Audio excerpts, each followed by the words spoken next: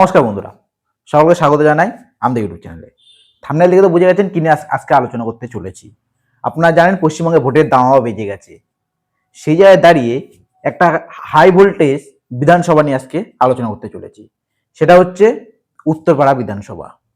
আপনারা জানেন এই উত্তরপাড়া বিধানসভায় বামফ্রন্ট মনোনীত সিপিআইএম প্রার্থী হয়েছেন মীনাক্ষী মুখার্জি এবং তৃণমূল কংগ্রেসের প্রার্থী হয়েছেন কল্যাণ বন্দ্যোপাধ্যায়ের ছেলে শীর্ষণ্য বন্দ্যোপাধ্যায়।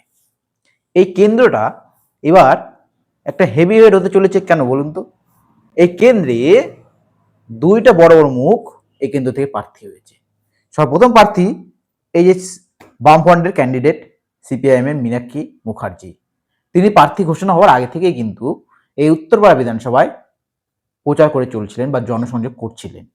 এবং আরেক দিকে এই শীর্ষণ্য বন্দ্যোপাধ্যায় তিনিও প্রচারে কিন্তু ঝড় তুলে দিয়েছেন। এই দুইটা ক্যান্ডিডেট কিন্তু এবার এই উত্তরপাড়া বিধানসভার জন্য একটা খুবই হাই ভোল্টেজ হতে চলেছে। তার আগে দেখা যাক 2021 সালে বিধানসভার ফলাফল।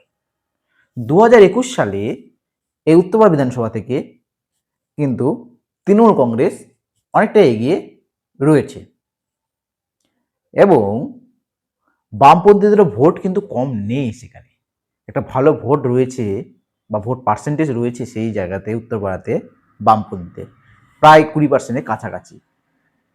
সেই জায়গায় দাঁড়িয়ে এই মীনাক্ষী মুখার্জি আগে থেকে যে প্রচার করছিলেন এবং তিনিও যে প্রচারে ঝাঁপিয়ে পড়েছেন দিন রাতে এক করে, তিনি কি এবার 2026-এ এই উত্তরপাড়া বিধানসভাটি তার দখলে নিয়ে আসতে পারবে? আপনাদের কি মতামত অবশ্যই কমেন্ট করে জানাবে। কিন্তু তৃণমূল কংগ্রেস এই উত্তরপাড়াকে সহজে হাতছাড়া করতে চাইবেন না, কারণ কল্যাণ বন্দ্যোপাধ্যায় একজন তৃণমূল কংগ্রেসের হেভিওয়েট নেতা এবং ছেলের হয়ে বাবা কিন্তু এই ভোট ময়দানে ঝাঁপিয়ে পড়েছেন।